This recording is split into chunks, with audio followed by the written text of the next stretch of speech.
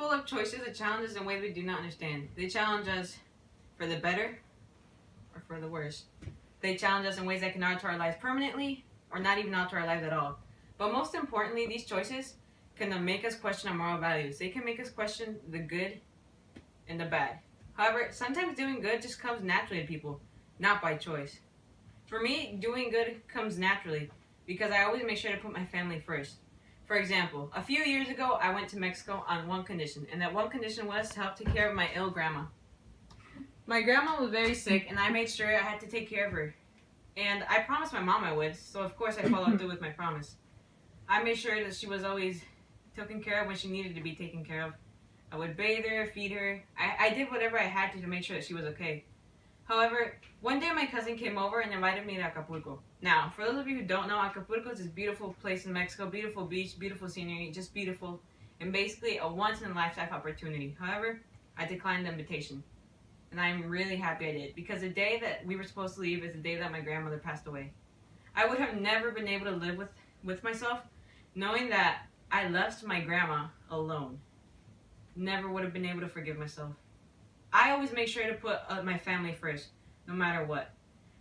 Especially when it came to my sister. One day she was really sick, and my parents were at work. So I had to stay home and take care of her, even though I had a party to go to. But I decided to stay home and take care of her and do what I had to make sure that she was okay. Now, as I was taking care of her, her symptoms and her illness, she just kept getting worse and worse. So I honestly did not know what to do, so I called her doctor's office and I asked them what I could do. They were not able to give me an appointment. They told me to just go get her some Dayquil, which these days is the answer to most illnesses. So I took her, I got her Dayquil, and then when we got home, she took her medicine. I told her to take a cold shower so her temperature could go down, and it did. Her symptoms come down, which made me feel a lot more comfortable also. But one life-changing event that made me have to step up in my life was my parents' separation. My mom and her husband, we always thought that they had a happy relationship. However, little did we know that behind closed doors, it was complicated. They would argue and they were not truly happy together. This eventually led to him having to leave. But he also ended up having to go back to his roots, back to his home country, to realize what it is he actually wanted out of life.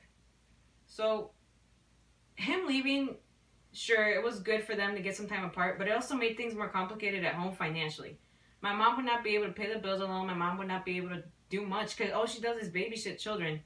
And the job that I had really had no money at all, no income that I could provide for her to be able to feed my siblings.